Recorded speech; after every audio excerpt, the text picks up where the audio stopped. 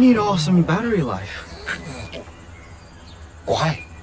Because yesterday was the best day I've ever had with you, Dad. And with this awesome battery, we can keep going for a whole nother day.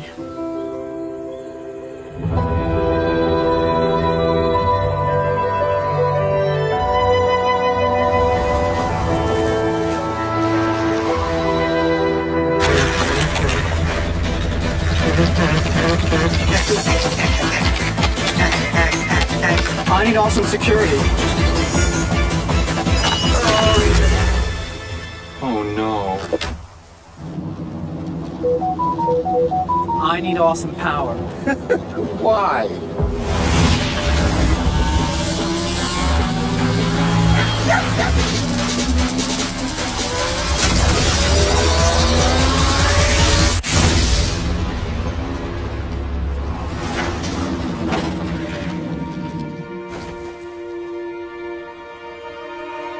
I need We need awesome Galaxy A.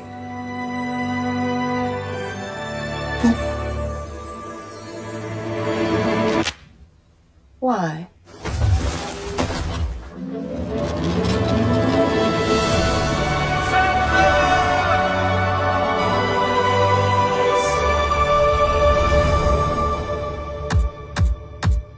Awesome screen, awesome camera, long-lasting battery life. Awesome screen, awesome camera, long-lasting battery life. Awesome screen, awesome camera, long-lasting battery life. Awesome screen, awesome camera, long-lasting battery life. Awesome screen.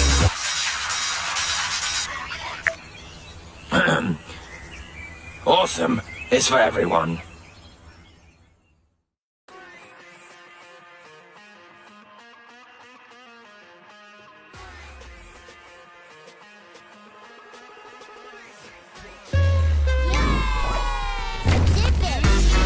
What are you doing? Tập luyện để điều luyện. What are you doing?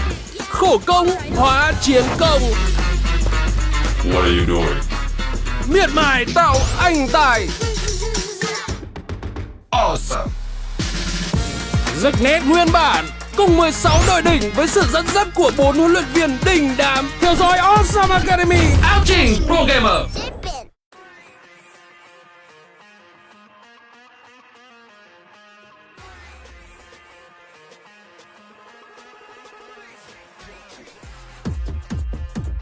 What are you doing?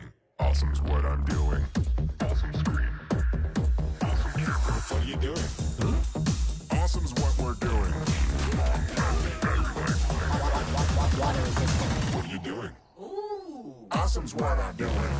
Awesome screen. Awesome camera. Long-lasting battery life. Awesome screen. Awesome camera. Long-lasting. Galaxy A53, A73 5G mới, rực nét nguyên bản.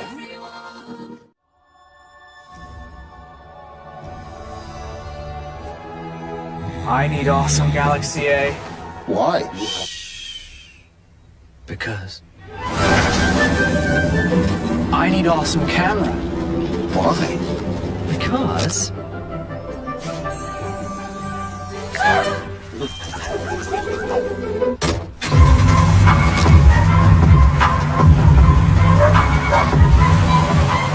I need awesome low light video.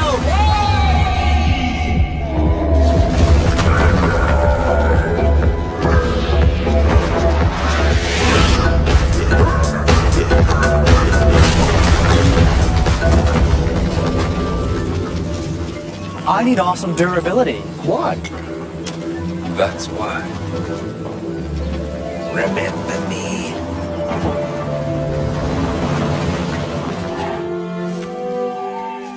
I need awesome screen. Why?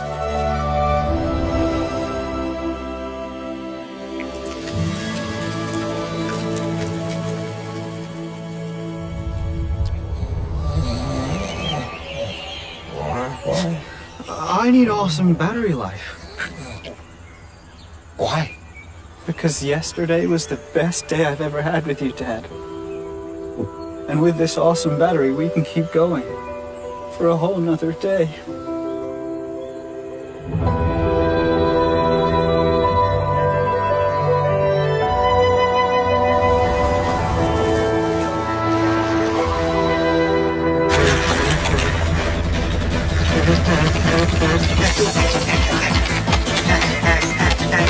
need awesome security. Oh no. I need awesome power. Why?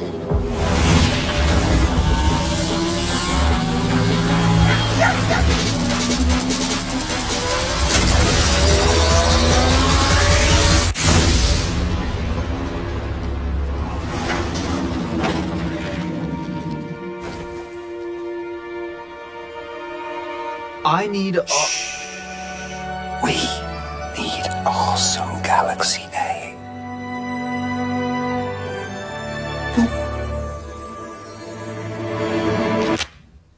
Why?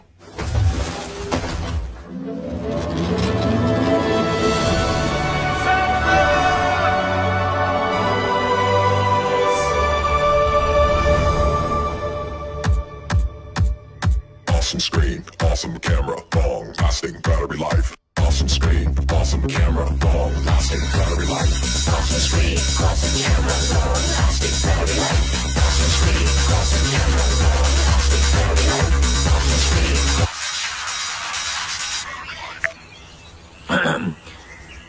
Awesome is for everyone.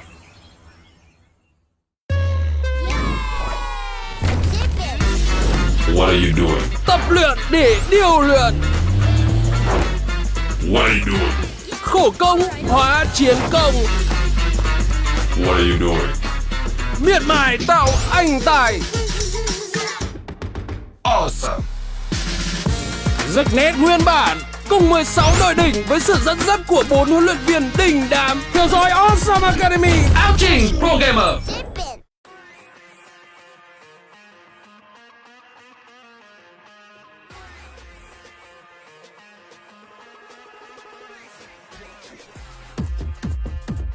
What are you doing? Awesome's what I'm doing. Awesome screen.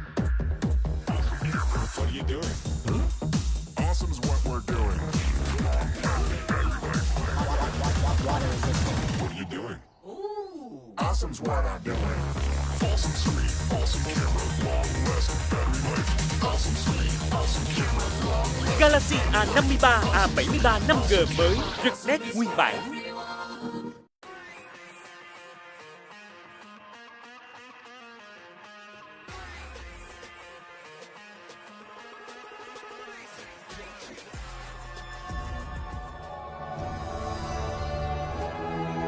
I need awesome Galaxy A. Why? Because I need awesome camera. Why? Because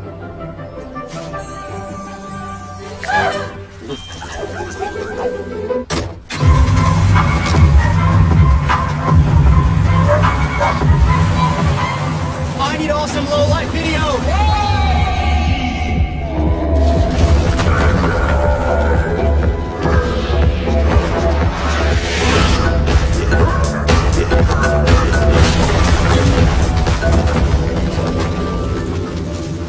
I need awesome durability. Why?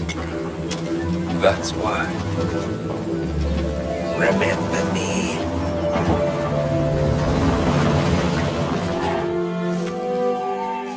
I need awesome screen. Why?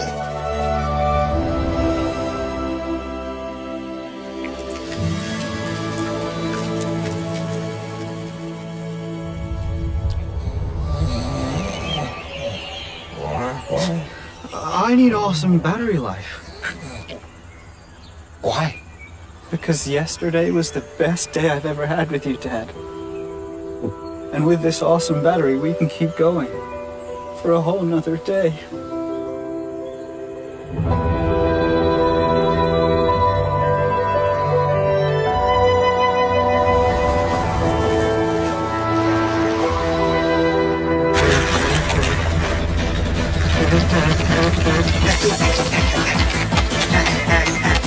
I need awesome security.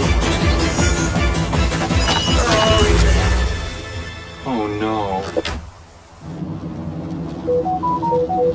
I need awesome power. Why?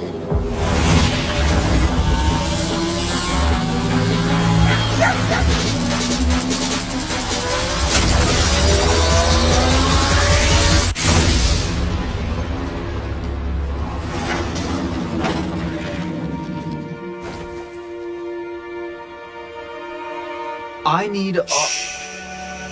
We need awesome Galaxy A.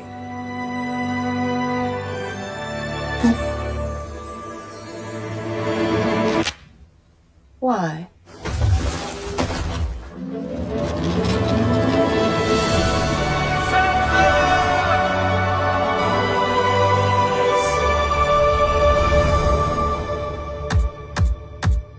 Awesome screen, awesome camera, long lasting battery life. Awesome screen, awesome camera, long lasting battery life. Awesome screen, awesome camera, long lasting battery life. Awesome screen, awesome camera, long lasting battery life. Awesome screen.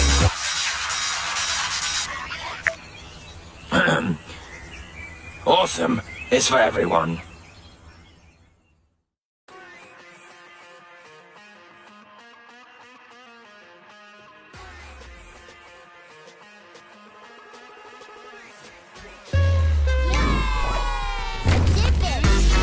What are you doing? Tập luyện để điều luyện. What are you doing? Khổ công hóa chiến công. What are you doing? Miệt mài tạo anh tài. Awesome. Rực nét nguyên bản cùng 16 đội đỉnh với sự dẫn dắt của 4 huấn luyện viên đỉnh đám. Theo dõi Awesome Academy. Ouching Pro Gamer.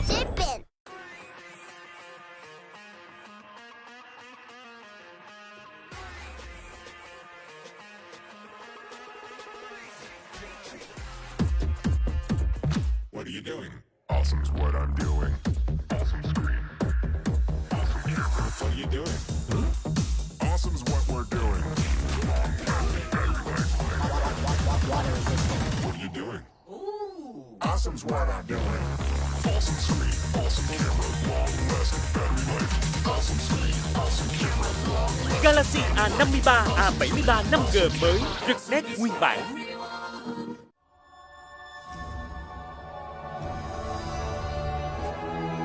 I need awesome Galaxy A. Why?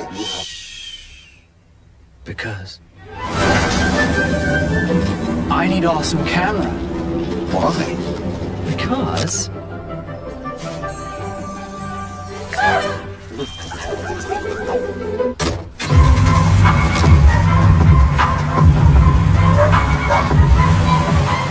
I need awesome low light video.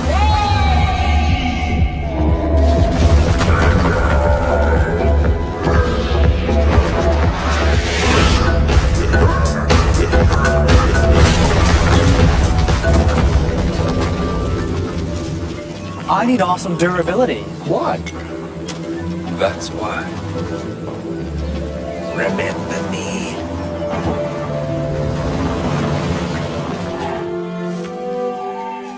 I need awesome screen. Why?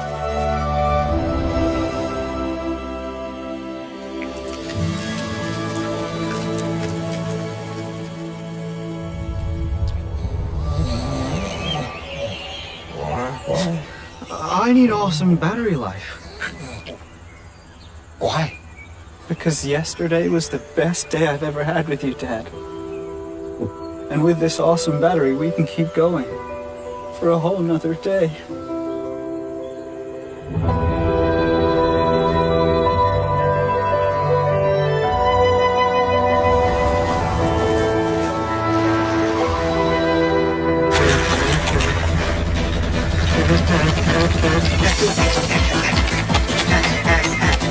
I need awesome security. Oh no. I need awesome power. Why?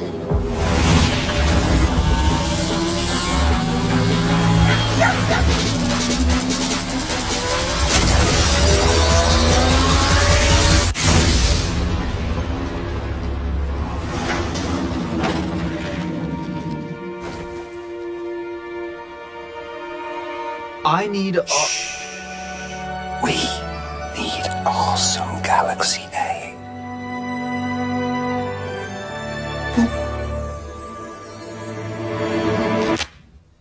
Why?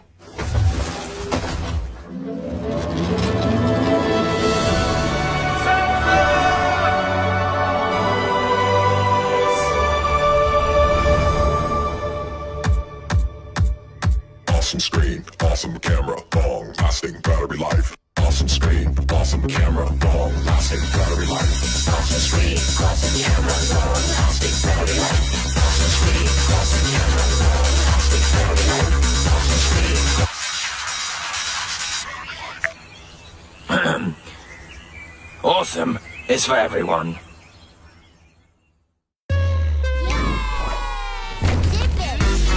What are you doing? Tập luyện để điều luyện. What are you doing? Khổ công hóa chiến công. What are you doing? Miệt mài tạo anh tài. Awesome. Giấc nét nguyên bản cùng 16 đội đỉnh với sự dẫn dắt của 4 huấn luyện viên đình đám. Theo dõi Awesome Academy. Ouching Pro Gamer.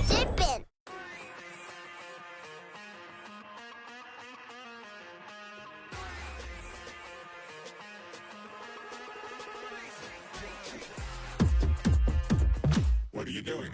Awesome's what I'm doing. Awesome screen. Awesome camera. What are you doing? Awesome's what we're doing. What are you doing? Awesome's what I'm doing. Awesome screen. Awesome camera. Long lasting battery life.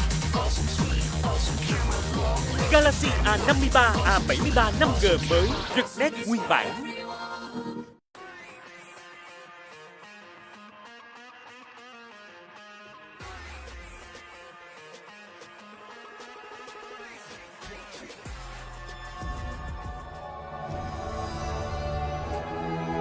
I need awesome Galaxy A. Why? Because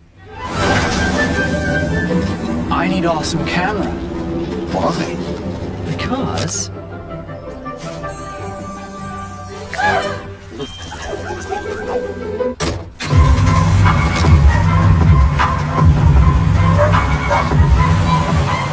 I need awesome low light video.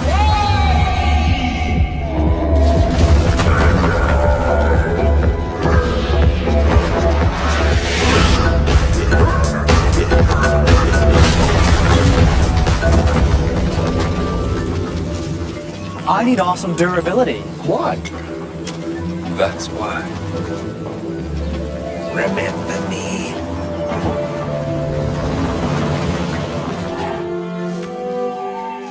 I need awesome screen. Why?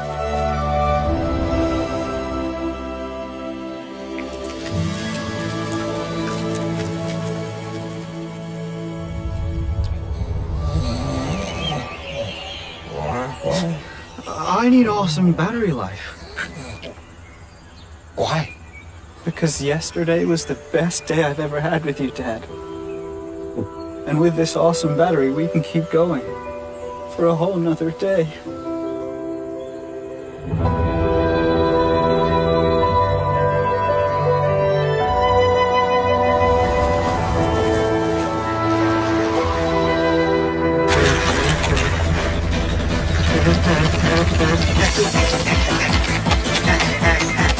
I need awesome security. Oh no. I need awesome power. Why?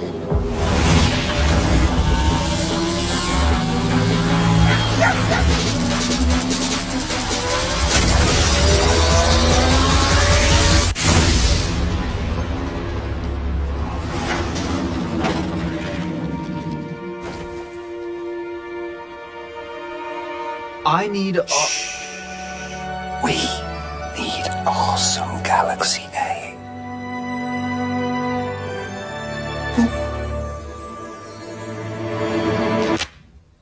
Why?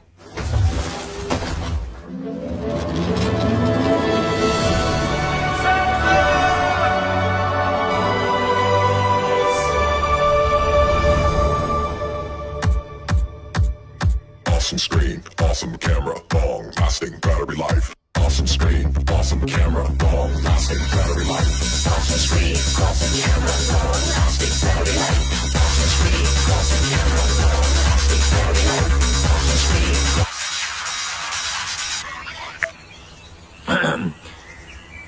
Awesome is for everyone.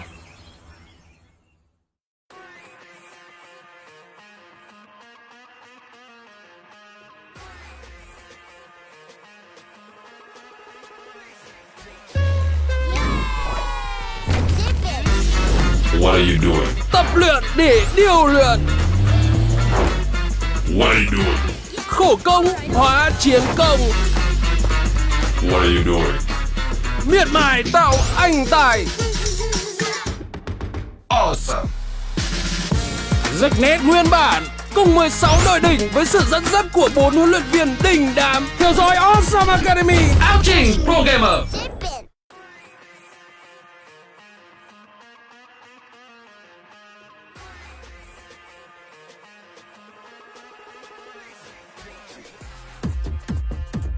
What are you doing?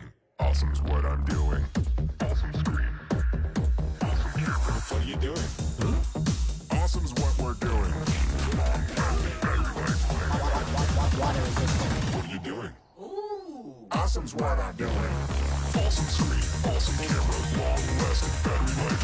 Awesome screen. Awesome camera. Long-lasting. Galaxy A53, A73 5G mới, rực nét nguyên bản.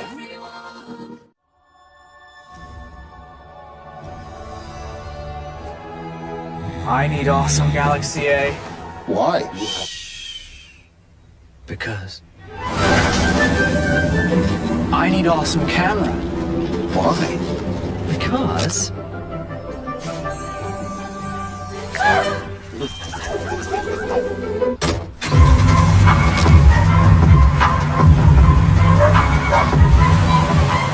I need awesome low light video.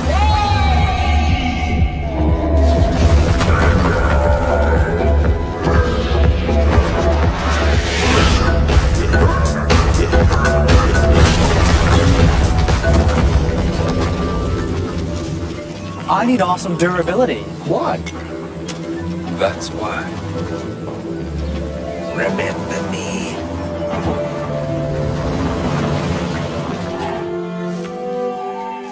I need awesome screen. Why?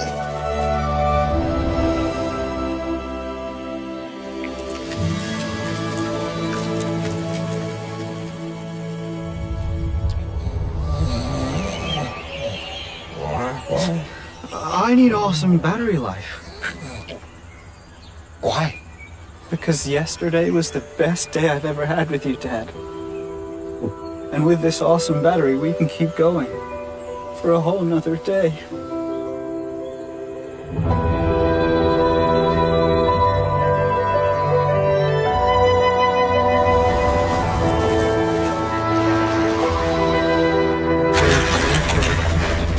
Hello, what's up Galaxy A? Chào mừng các đồng bào đã đến với chương trình Awesome Academy cùng Awesome Academy, áo trình Pro Gamer. Xin chào, Thảo Trang rất vui được đồng hành cùng với các bạn trong tập thứ 5 của series Awesome Academy và cũng chính là tập cuối cùng của series lần này rồi. Cho tới điểm hiện tại thì có lẽ là các bạn đều đã hiểu được tinh thần cũng như là lý do tại sao mà Samsung Galaxy A series lại tạo ra sân chơi Awesome Academy.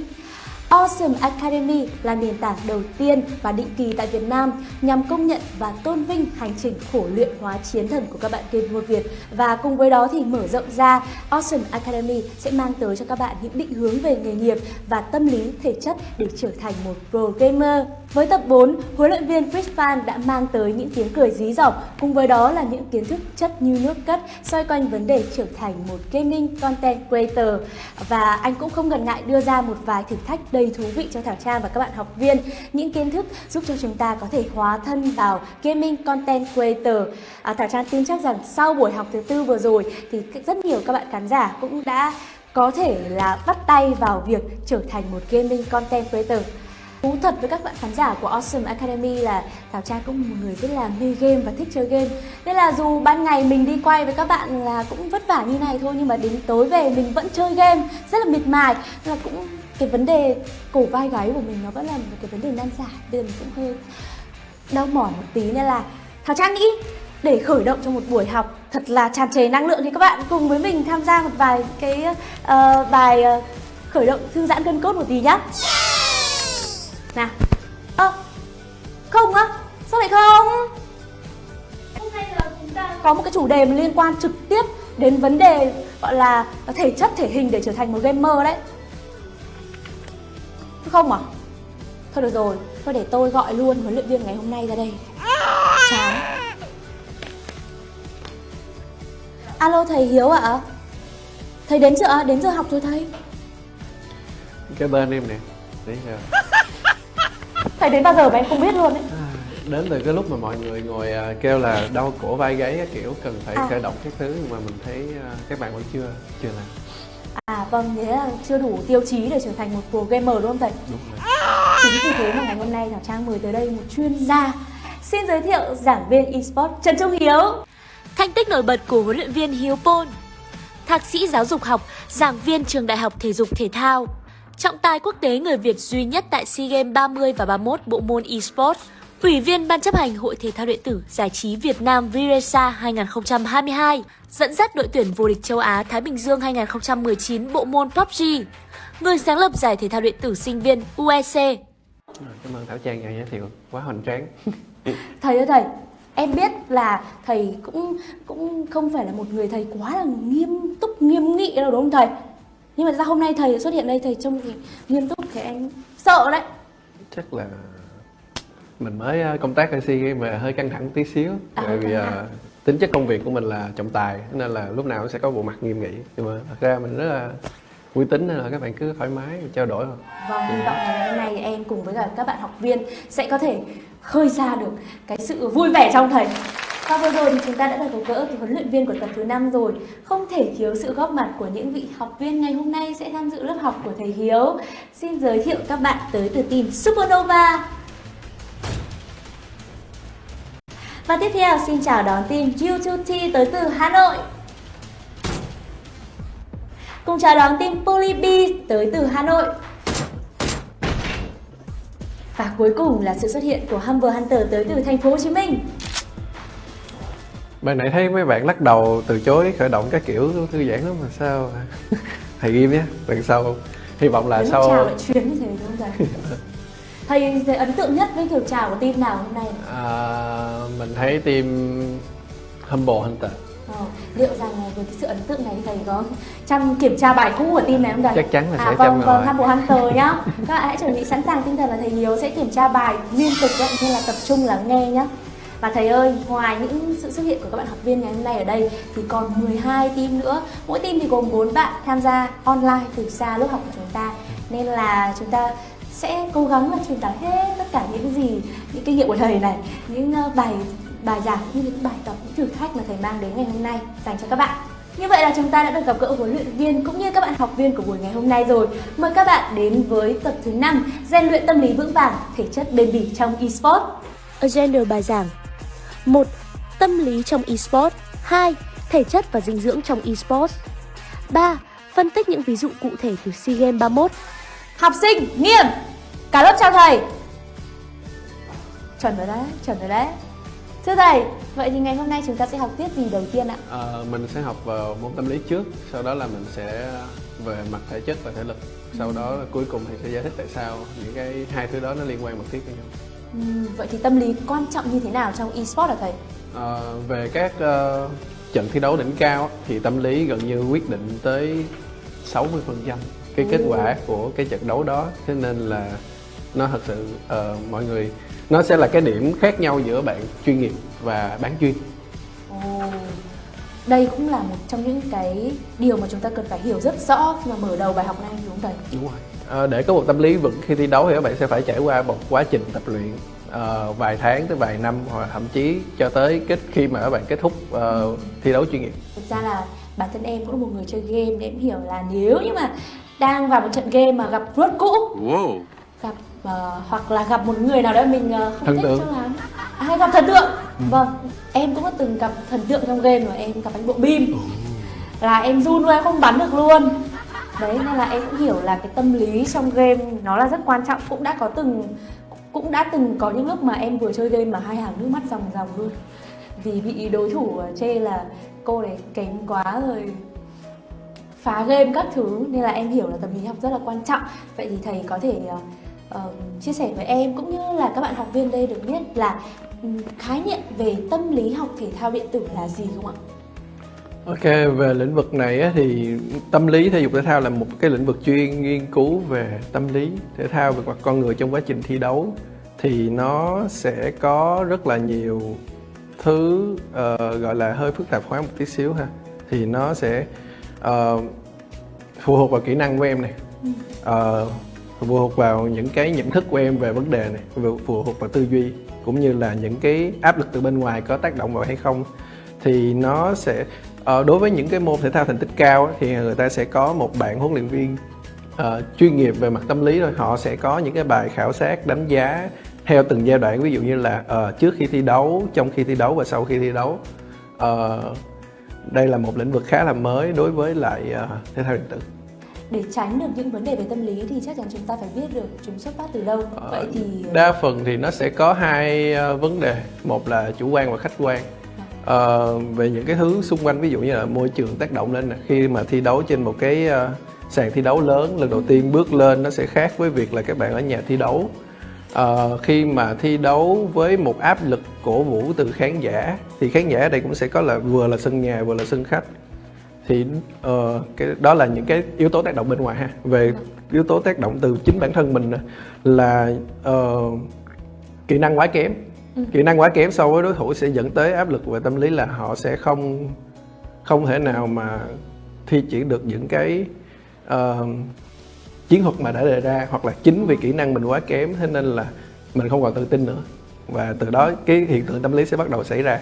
Vâng, em nghĩ là thi đấu bộ môn gì hay là thi đấu bất cứ một cái nội dung nào trong cuộc sống thì đều cái tâm lý nó đều là một trong những yếu tố rất là quan trọng. Vậy thì tâm lý trong eSport có khác gì so với những bộ môn khác không ạ?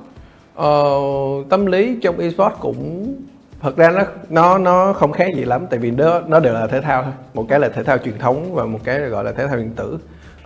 Tuy là về mặt thể thao điện tử á, thì họ sẽ bị phần nào vơi đi về mặt yếu tố thể lực và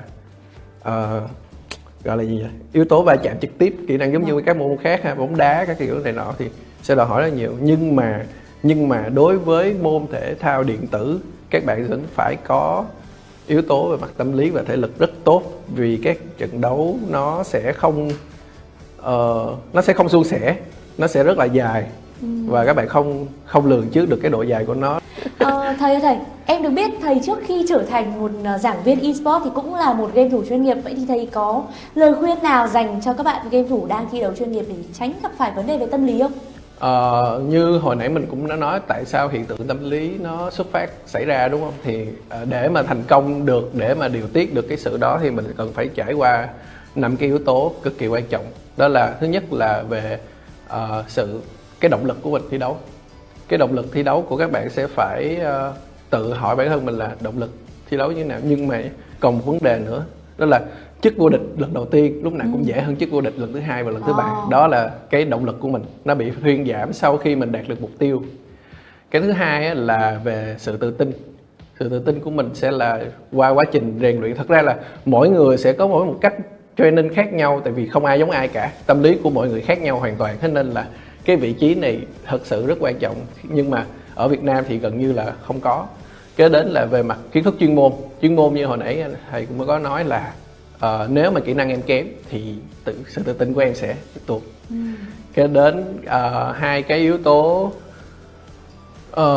cuối cùng cũng không kém phần quan trọng, đó là thói quen và cách kiểm soát được cái năng lượng tiêu cực khi xảy ra trong vấn đề, khi mà nó xảy ra hiện tượng tâm lý đó. Awesome, bản thân em cũng là một người không phải là tuyển thủ chuyên nghiệp nên cũng rất đam mê chơi game, em nốt ra được nhiều thứ ở đấy. Tuy nhiên thì em vẫn muốn hỏi thầy một chút, xin thầy một chút tip and tricks để có thể làm giảm bớt vấn đề yếu tố tâm lý trong thi đấu chuyên nghiệp, thầy có không thầy? Có chứ, chắc chắn sẽ có. Thì để mà tìm kiếm được cái sự động lực đó thì chắc chắn sẽ phải có vị huấn luyện viên nào đó remind lại cho bạn đó cái động lực đó. Thì ví dụ ha, đối với những bạn chưa vô địch thì đương nhiên cái chức vô địch đó sẽ là cái thứ mà mình sẽ nói đầu tiên. Nhưng mà chuyện gì sẽ xảy ra khi các bạn đã vô địch lần thứ 2, lần thứ 3, lần thứ 4 rồi? Thì cái ý nghĩa của việc vô địch đó là gì? Thì mình sẽ phải nghĩ ra là huấn luyện viên sẽ là người truyền tải thông điệp, ý nghĩa nó là gì, hay là tự bản thân bạn đó sẽ phải tự nhận ra ý nghĩa của là mình muốn vô địch càng nhiều càng tốt để ghi vào một cái kỷ lục gì đó. Đó là cái tự đặt target cho mình đó. Sau đó là về mặt tìm kiếm được cái sự ghi nhận của nhà nước, chẳng hạn ví dụ như là SEA Games vừa rồi đúng không, cái sự huy chương vàng là một cái vinh dự cho các bạn, thì các bạn cũng sẽ đặt đó là target đó. Đó là cái cách để các bạn có thể tìm được động lực, và đương nhiên sẽ có rất là nhiều cái, và mỗi huấn luyện viên về mặt tâm lý họ sẽ có những cái cách khơi gợi đó cho các bạn vận động viên đó. Kế đến là cái hướng mà tìm về sự tự tin, thì đây á, thì nó sẽ được xây dựng thông qua cái nó gọi là cái kinh nghiệm thi đấu, tức là các bạn đã thi đấu quá nhiều, các bạn lặp lại tình huống đó rất nhiều lần, nhưng mà nếu mà cái việc đó bạn lặp đi lặp lại rất là nhiều lần, mà mình tin là nó sẽ bạn nó sẽ đưa ra được quyết định đúng đắn vì bạn đã có kinh nghiệm rồi, đúng không? Kế đến là sự hình tượng và hình mẫu một bạn player nào đó mà mình đã biết.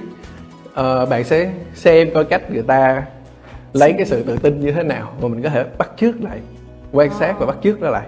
Và cuối cùng á, thật sự mà nói đối với các bạn mà tố chất các nhà vô địch của các bộ môn khác, hành huyền thoại luôn đi, thì họ sẽ có một cái gọi là tự nói chuyện với bản thân. Tức là tùy các bạn vận động viên chuyên nghiệp khác nhau sẽ có cách khác nhau, tại vì khi mà các bạn là người đứng đầu sẽ không có hình tượng, đúng không? Các bạn sẽ không có hình tượng hay hình mẫu ai hết. Ví dụ như là một bạn vận động viên chuyên nghiệp mà mình biết thì bạn sẽ tìm cách kiếm một không gian yên tĩnh, hoặc là cố gắng tách mình ra khỏi cái sân khấu đó, sau đó bạn sẽ tự đối thoại với bản thân mình, tại vì lúc đó chỉ có mình mới có thể giải quyết được vấn đề thôi. Thì cái đó là một trong những cái kỹ năng mà bạn sẽ phải tập luyện rất nhiều. Nhưng em không hiểu là mình sẽ đối thoại với bản thân mình với nội dung như thế nào? Ví dụ như là ví dụ có hai trường hợp xảy ra. Một là bạn đang thua rất nhiều, bạn đang bị dẫn điểm rất nhiều, và bạn đang mất bình tĩnh. Thì cái việc đầu tiên sẽ là quên hết những cái gì đã xảy ra đi, và mình sẽ mình làm được. Thì cái tự lặp đi lặp lại cái câu đó trong cái tâm trí của mình, tại vì mình sẽ phải tự tin vào việc mình làm được thì nó mới làm được. Còn bây giờ kiểu mình vẫn rối, mình vẫn quay lại câu chuyện là tại sao những cái trận trước mình xử lý như thế này thế kia, tức là bị cuốn vào những cái tình huống đã xảy ra rồi và không thay đổi được, thì tâm lý sẽ xảy ra. Thế nên là việc đầu tiên tốt nhất vẫn sẽ là clear hết toàn bộ những cái thứ lỗi lầm đi đã, tập trung vào cái trận trước mắt và sẽ phải tự đối thoại với mình làm gì để tốt hơn. Đó thì sẽ là cái mà các bạn nên thực hiện. Cũng là một cái tip rất là hay nha các bạn. Ngoài ra thì ví dụ như là bản thân em là một người dẫn chương trình thì cũng phải đối mặt với cả rất là nhiều khán giả tại những cái sân khấu lớn. Cách mà để em lấy lại tâm lý của mình một cách gọi là rất là thủ công đi, thì em thường ăn đồ ngọt này, em hít thở thật sâu, thì thầy còn cái tip nào đó nữa không ạ? Nghe nhạc. Nghe nhạc. Tức là âm nhạc, tức là thật ra trên thế giới họ cũng chưa có một bất kỳ đề án nào về liên quan tới việc âm nhạc có giúp cho các bạn lấy lại sự tự tin hay không, nhưng mà có một vài bạn huyền thoại của các bộ môn thể thao truyền thống khác, họ cũng dùng âm nhạc để tách mình ra khỏi đám đông, để không bị sao nhãng bởi những thứ khác nữa. Các bạn sẽ nghe nhạc để bình tĩnh lại. Đó cũng sẽ lại quay lại câu chuyện self-talk, tức là tự nói chuyện với bản thân mình. Vâng. Một ví dụ rất là cụ thể, một trường hợp mà em đã chứng kiến trong đợt SEA Games 31 vừa rồi, đó chính là đội tuyển quốc gia Việt Nam đã vụt mất đi cái huy chương vàng vào tay của các thành viên Indonesia, rất là đáng tiếc. Mặc dù trước đó thì em cảm thấy là tinh thần của các vận động viên của chúng ta cũng đã rất là tự tin, thậm chí là đã sẵn sàng cho việc được trao chiếc huy chương vàng đấy rồi, thì thầy có thể giúp em phân tích một chút về tâm lý của họ vào thời điểm đó không ạ? Thật ra nó sẽ rõ hơn nếu mà mình nghe được cái check, nhưng mà hoàn toàn cái tình huống đó mình có thể nhớ là đó là tình huống 2 vs 1, tức là hai bạn Việt Nam công vào nhà của bạn Indo đó, và chỉ có một người thủ thôi. Có nghĩa là do tính chất trận đấu quá quan trọng, đúng không? Tức là nó sẽ là cái tình huống gần như là gọi là key moment của cái huy chương vàng hay bạc luôn rồi, tại vì đó là cái sự đối đầu giữa Indo và Việt Nam. Và mình nghĩ là lúc đó tâm lý của đội tuyển Việt Nam, hai bạn, tại vì 2-1 mà, thế trên, có nghĩa là bạn quá tự tin dẫn tới cái việc là hai bạn nghĩ là dễ thôi mà. Thì khi mà tình huống đó mình nhớ là các bạn sẽ không ập vào cùng một lúc, các bạn lại vào từng người, và mình tin là cái người đầu tiên vào sau khi mà bị đội Indo tiêu diệt, họ cũng không Tức là họ chính vì quá tự tin nên là có thể dẫn tới cái việc là ít giao tiếp, không report lại cho cái bạn, tại tình huống quá nhanh mà, đúng không? Bạn quá tự tin, bạn gục ngã trước, sau đó bạn thứ hai và cũng gục ngã luôn vì không biết được chính xác vị trí của bạn Indo đang đứng ở đâu. Cuối cùng và đây gần như là một cái vị trí Luxy không thể cứu được vị trí của Ryzen và Survival. Vâng, đây là khoảng thời điểm vàng để cho chúng ta di chuyển. Việt Nam Ai đang một hướng đến khu vực nhà L, nhưng ở đâu đó thì Vi coi có cái mảng của Mati. Bây giờ thì Pavel có lẽ sẽ bị bỏ lại và đội bên phía của Việt Nam Ai họ áp sát vào khu vực nhà L. Ở trên này chỉ có duy nhất cái tên Luxy thôi. Mình này có thể làm được.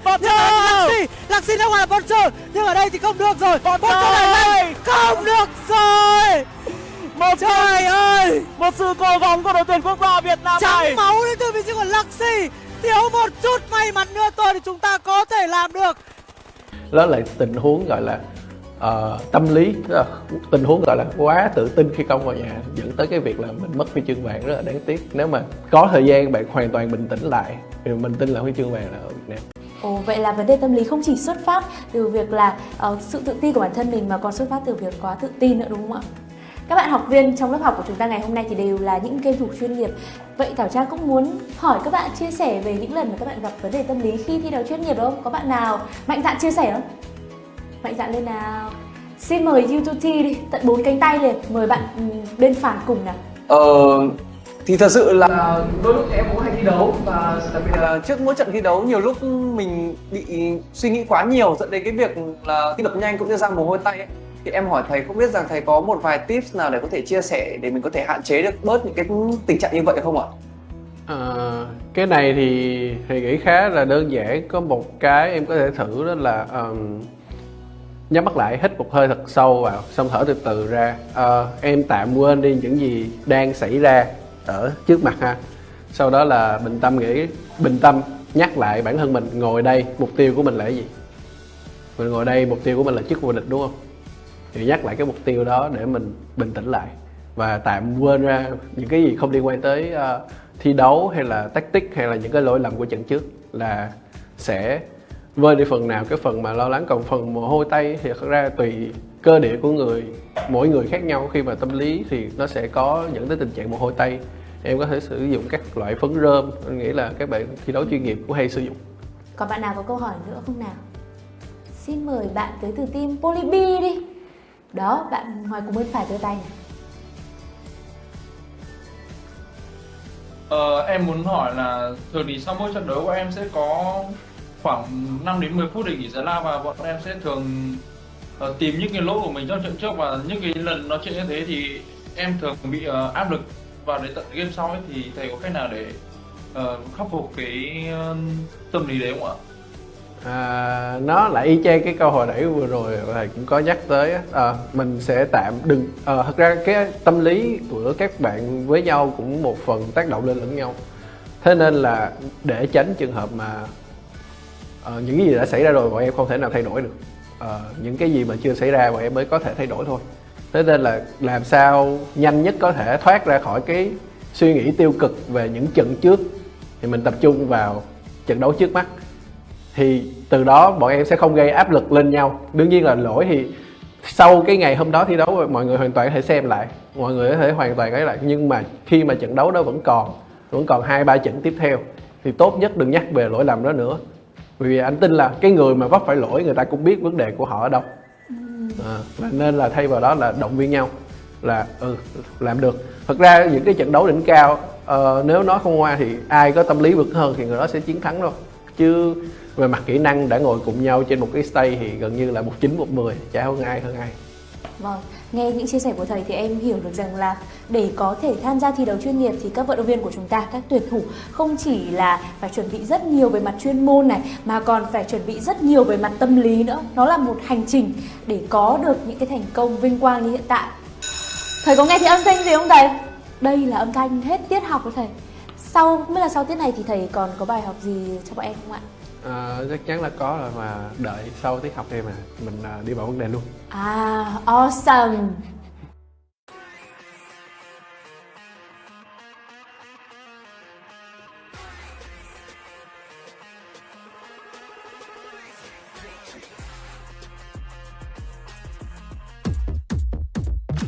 you doing? Awesome's what I'm doing. Awesome screen. Awesome camera. What are you doing? Awesome's what we're doing. What are you doing? Awesome's what I'm doing. Awesome screen. Awesome camera. Long-lasting battery life. Awesome screen. Awesome camera. Long-lasting. Galaxy A53, A73 5G mới, rực nét nguyên bản.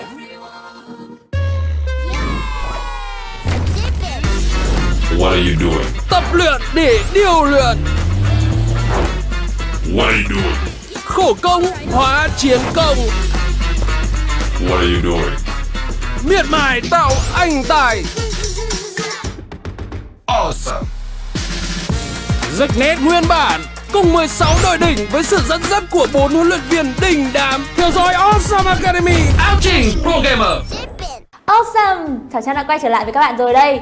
Và thầy Hiếu ơi, không biết là theo thầy thì thời gian tiếp theo nếu như em định thử sức trong lĩnh vực eSports trở thành một tuyển thủ chuyên nghiệp đi, thì thầy có một cái bài tập nào đấy để em có thể thư giãn tâm lý hơn khi tham gia thi đấu không thầy?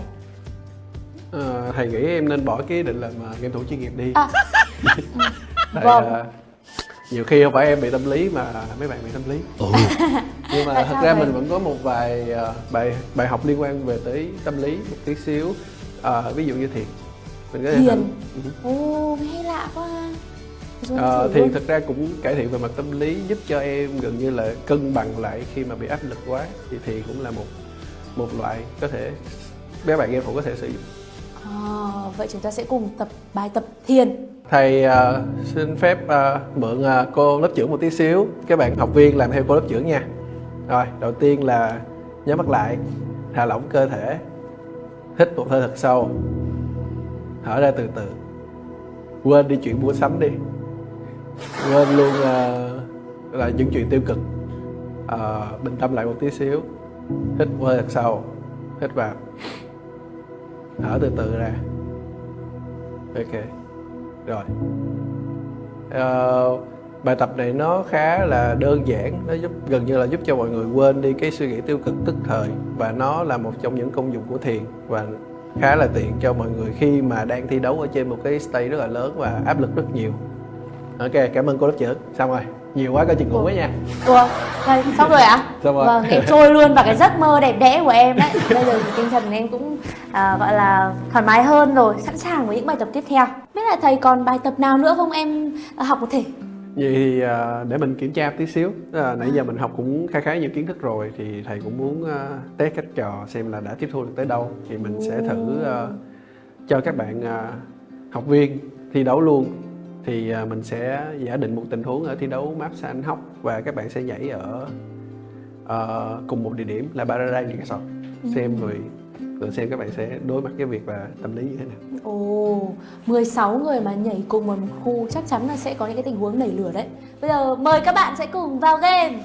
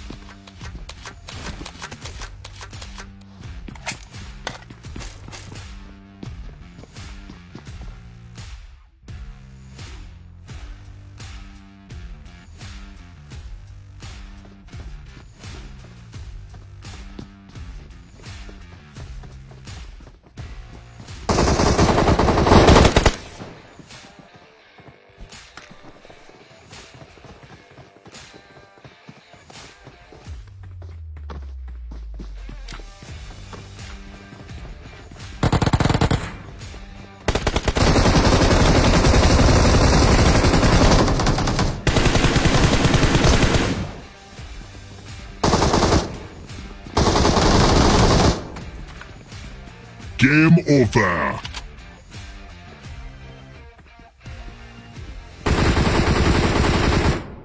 Ui, kết thúc map luôn rồi. Đúng như những gì mà em dự đoán, nhảy cùng vào một khu thì chắc chắn là sẽ chết rất sớm.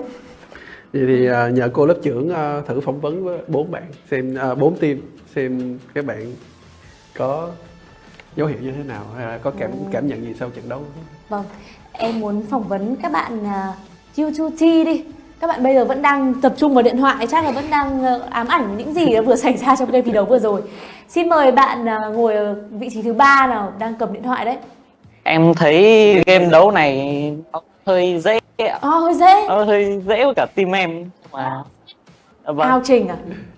Vậy thì nhảy cùng vào một khu thì bạn có cảm thấy bị tâm lý không? Ao Trình nhưng mà em cũng hơi tâm lý, nhưng mà team em tin tưởng vào đồng đội của em, đồng đội em làm hết. Thế còn team Humble Hunter thì sao? Trông khá là chán. Các bạn cảm thấy như thế nào trong game thi đấu vừa rồi? Liệu nhảy cùng một khu thì có khiến cho các bạn gặp vấn đề về tâm lý không? Và em thấy game đấu này chỉ giao lưu và giải trí nên bắn không có đặt đề cao gì. Vui. Supernova thì sao? Paul có cảm thấy có vấn đề gì nếu như chúng ta phải nhảy cùng vào một khu rất hẹp như thế không? Chào Trang, chào thầy Hiếu. Thì vừa rồi cái cảm nhận về cái trận đấu vừa rồi của em thì em có cái cảm nhận đó là cái tâm lý của team em rất là thoải mái, khi mà bọn em luôn có một cái tâm lý đó là xuống cái khu đó là bọn em phải xác định là gặp người là bắn luôn. Và thì cũng như vừa rồi thì bọn em cũng như trong trận đấu thì bọn em thấy người là bọn em bắn và bọn em đã clear cũng được cũng khá là được nhiều mạng. Và trận vừa rồi thì bọn em cũng được top 2. Thì nói chung là top 2 cũng là một cái gì đó cũng gọi là thoải mái, làm cho cái tâm lý của team em nó cảm giác nó được gọi là thoải mái hơn sau một cái trận đấu mà có thể gọi là nhiều người như vậy. Dạ rồi, em xin hết rồi. Awesome. Em thấy là có vẻ như team Supernova này là một team mà đã ứng dụng tốt nhất những cái bài học của thầy từ đầu đến giờ ấy thầy ạ. Nhưng mà thật ra thì Trang có để ý là gần như là tất cả các team đang tham dự cái trận này họ không gặp bất kỳ vấn đề tâm lý nào cả. Thì thực ra cũng có thể giải thích là thứ nhất là tính chất trận đấu này nó không quan trọng để xảy ra tình huống gọi là tâm lý. Thật ra như cái tâm lý lúc đầu mà thầy có giảng cho mọi người nghe thì nó sẽ phải có một vài yếu tố mang tính chất quyết định thì hiện tượng đó mới xuất hiện ra, hoặc là cái kỹ năng của các bạn nó gặp vấn đề. Thế nên là mình nghĩ đây cũng chỉ là một cái bước đầu để các bạn tập luyện để cho tâm lý thoải mái thôi. Tức là nếu mà các bạn có thi đấu chuyên nghiệp đi, kỹ năng ngang ngửa nhau và cùng nhảy ở một địa điểm thì các bạn chỉ cần nghĩ nó là một trận đấu tập luyện vui, vô thưởng vô phạt thì bạn sẽ có cái phong độ tốt nhất cho cái việc đối mặt đó. Còn bây giờ các bạn thấy nó đơn giản, nó bình thường, nó không tâm lý thì đơn giản là nó không phải là một trận chung kết và nó cũng không quyết định bất kỳ vấn đề gì cả. Thế nên là tâm lý các bạn sẽ rất là thoải mái. Thì sau này nếu mà có cơ hội các bạn thi đấu vào một cái trận chung kết thật sự thì cứ nghĩ lại cái bài tập như ngày hôm nay thì mình tin là nó sẽ giúp được các bạn rất là nhiều. Em sẽ chờ xem là liệu sau này các bạn học viên ở đây tham gia một giải đấu nào đó chuyên nghiệp có bị vấn đề tâm lý không và có áp dụng được những bài tập ngày hôm nay thầy Hiếu mang đến không. Thầy chắc là thầy giảng bài từ nãy giờ là cũng hơi khát nước đúng không thầy? Cho mời nước nãy giờ. Vâng, em mời thầy ạ. Cảm ơn nha. Mời xong rồi cũng không có thèm gỡ nắp cho người ta. Thôi xong. Cái điện thoại này đợi bao nhiêu tiền đây? Thầy ơi yên tâm. Thầy cứ yên tâm, trên tay thầy có phải là chiếc Samsung Galaxy A73 5G đúng không thầy? Chắc vậy quá. Thế thì thầy cứ phải yên tâm nhá. Bởi vì chiếc điện thoại này sở hữu khả năng kháng nước, kháng bụi chuẩn IP67, đỉnh của hệ mặt trời luôn. Thầy phải yên tâm. Vâng thầy. Thuộc chứ thầy. Không có tiền thì làm show làm sao mà thầy. Ok. Thế là yên tâm hơn rồi.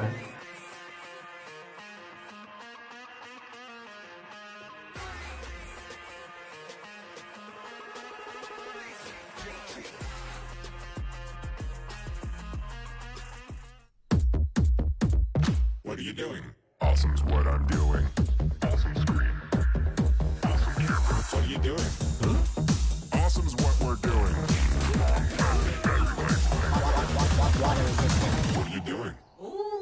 Awesome's is what I'm doing. Awesome screen, awesome camera, long-lasting battery life. Awesome screen, awesome camera, long-lasting. Galaxy A53, A73 5G mới, rực nét nguyên bản.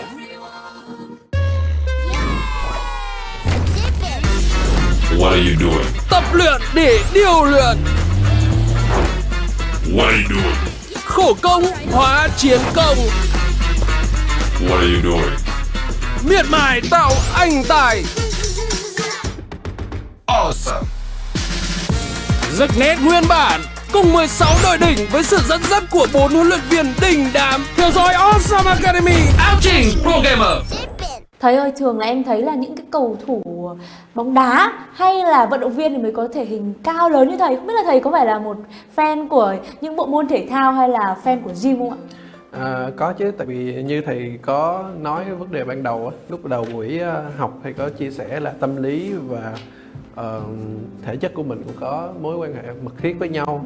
Thì đa phần các bạn thể thao truyền thống thì đương nhiên sẽ phải tập luyện theo một cái chế độ rất nghiêm ngặt và dinh dưỡng rồi, đúng không? Nhưng mà thì theo thầy thấy những cái gì mà thầy biết thì các bạn game thủ là những cái bạn mà đi theo đuổi môn thể thao điện tử này thì họ lại không có chú trọng vào việc đó lắm.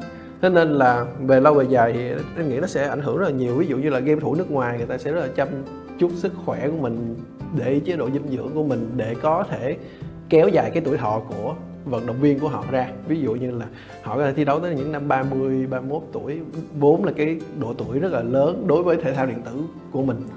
Thì ở Việt Nam thì các bạn game thủ lại hay thức khuya này, hay không để ý chế độ dinh dưỡng lắm, thế nên là nó về lâu về dài mình nghĩ là bạn có kỹ năng thật đó, nhưng mà cái việc mà kéo dài và duy trì nó thì gần như là không có.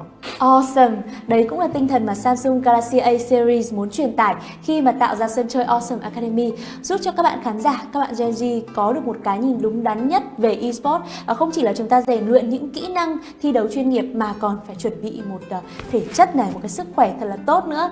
Thầy Hiếu đây cũng chính là một trong những cái minh chứng rõ ràng nhất cho việc là thầy vừa là một người rất là có chuyên môn về eSports này, nhưng cũng không quên chú trọng vấn đề về sức khỏe, tâm lý, đúng không ạ? Đúng rồi, mặc dù là rất lười nhưng mà thật sự mà nói mình muốn làm gương cho các bạn game thủ. Nhân đây thì thầy có muốn chia sẻ về cái cơ duyên nào đã dẫn thầy tới eSports không ạ? Thật ra là từ hồi cấp 2 nhà trường thì mình đã quyết tâm theo đuổi ngành thể thao điện tử này, vì mình có một cuộc tranh luận rất là lớn với gia đình là thể thao điện tử ở cách đây 15 năm, tầm đó 15 năm đi. Thì nó không có được như bây giờ. Như bây giờ các bạn đã thấy thì nó đã phát triển quá mạnh mẽ rồi. Những cái giải đấu hay thậm chí là SEA Games cũng được nhà nước công nhận rất là lâu, từ hồi SEA Games 30 ở Philippines. Nhưng mà cách đây 15 năm thì nó là câu chuyện hoàn toàn khác. Mình có một cuộc tranh luận với lại ba của mình là thể thao truyền thống và thể thao điện tử nó có phải là thể thao hay không. Thì từ hồi đó cho tới thời điểm hiện tại thì mình quyết tâm nung nấu cái ý chí là ok, mình sẽ chứng minh cho mọi người thấy thể thao điện tử cũng sẽ là một môn thể thao. Tu lại khoảng thời gian trước một chút thì em thấy là 15 năm trước chắc chắn là cái nhìn về eSports nó sẽ rất là mơ hồ và nhiều người còn đánh giá nó là một cái bộ môn mà không được tích cực lắm cho xã hội. Thì thầy cô cũng như là gia đình phản ứng như thế nào khi mà hồi đấy thầy quyết tâm theo con đường này? Thật ra lúc mà mình đi theo ngành này, bản thân trường mình mặc dù là đã ủng hộ về mặt là cho sinh viên tìm hiểu về thể thao điện tử là gì, nhưng mà vẫn có một số thứ nó liên quan tới về khoảng cách thế hệ và cái nhìn nhận về thể thao điện tử. Tại vì như mọi người biết, đối với những cái môn thể thao truyền thống thì họ vận động và lao động rất là nhiều, đúng không? Họ tập luyện bài bản và họ có hệ thống thi đấu giải hàng năm. Nhưng mà ở cái thời điểm mà cách đây 15 năm về trước, thể thao điện tử không có những cái thứ đó. Họ chỉ là những cái thứ gọi là bộc phát ở một quận hay là một thành phố, hay là chỉ là đơn lẻ thôi. Họ gần như là không có một cái hệ thống nào kết. Và nếu mà có đi chăng nữa thì rất khó để cho game thủ Việt Nam mình có thể tiệm cận được những cái cách chơi hay là những cái cách tập luyện của game thủ nước ngoài ở thời điểm đó. Thế nên là nó rất là khó khăn khi mà phải thay đổi nhận thức của mọi người về đó. Thì trong quá trình 4 năm của mình thì mình bỏ ra thời gian nghiên cứu về nó rất là nhiều, và thuyết phục thầy cô cũng rất nhiều để có thể thay đổi được cái định kiến về nó. Chính xác là dùng từ định kiến về nó. Thì Mình sau khi làm xong 2 luận án đó thì gần như điểm tuyệt đối là 9.8. Wow. Thầy thì không những là có thể chất rất là khỏe mạnh này, cũng như là kiến thức về tâm lý này, tinh thần thể chất, mà còn là một người mà có cái số điểm khi mà đi học rất là cao nha các bạn, thành tích học tập rất là cao nha. Quả thực là em rất là ngưỡng mộ thầy, một trong những người mà đưa eSports gần hơn tới với cộng đồng và dần dần có được một cái nhìn đúng đắn hơn về thể thao điện tử, cũng ngang tầm với cả những bộ môn thể thao truyền thống khác. Cho em hỏi nhỏ một tí là bây giờ ba của thầy đã hoàn toàn chấp nhận thể thao điện tử chưa, và cái bước ngoặt nào dẫn đến việc chấp nhận như vậy? Thì tới thời điểm đó mình còn nhớ là bố mình có tham dự một cái buổi bảo vệ luận án của mình, thì mình nghĩ là lúc đó là bố đã chấp nhận rồi. Thời điểm đó có lẽ là cũng là một thời điểm mà thầy đã chứng minh được cho gia đình của mình này, cũng như là xã hội, là thể thao điện tử cũng xứng đáng trở thành một trong những cái bộ môn học tập cũng như là về phát triển về sau này nghiêm túc cho các bạn trẻ, đúng không ạ? Đúng rồi, rõ ràng là hệ thống thi đấu chuyên nghiệp hơn rất là nhiều. Không những thầy Hiếu của chúng ta là một người có sức ảnh hưởng rất lớn trong thế giới eSports, mà thầy còn là người đứng đằng sau ánh hào quang, vinh quang của rất nhiều những tuyển thủ nổi tiếng, giống như là huấn luyện viên Huy Gà của chúng ta này, người bạn đồng hành Hiếu Mèo của huấn luyện viên Huy Gà. Ngoài ra thì còn các tuyển thủ nổi tiếng trong team Flash nữa. Thực sự là vô cùng ngưỡng mộ và biết ơn thầy. Hy vọng rằng là tập 5 này sẽ khiến cho các bạn khán giả trẻ, các bạn sẽ có thêm rất là nhiều động lực để theo đuổi những gì mà các bạn đã lựa chọn nhé.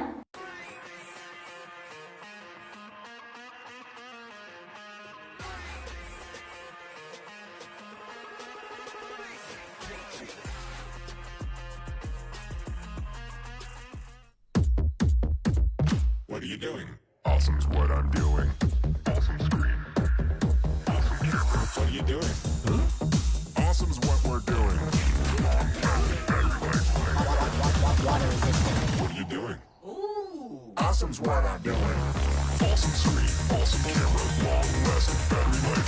Awesome screen. Awesome camera. Long-lasting. Galaxy A53, A73 5G mới, rực nét nguyên bản.